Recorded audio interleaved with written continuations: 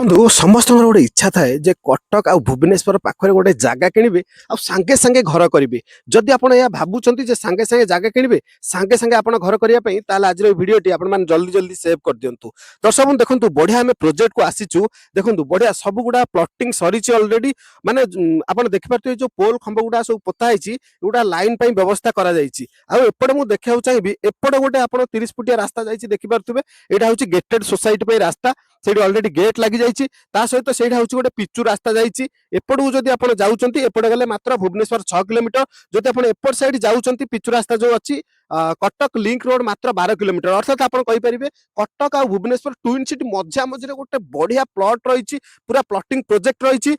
ଆପଣ ମାନେ ରେଜିଷ୍ଟ୍ରେସନ ପାଇଁ ଟେନସନ ନେବେନି। ଆପଣଙ୍କର 2 ଦିନ ଭିତରେ ଆପଣଙ୍କ ରେଜିଷ୍ଟ୍ରେସନ କାମ ହେଇଯିବ।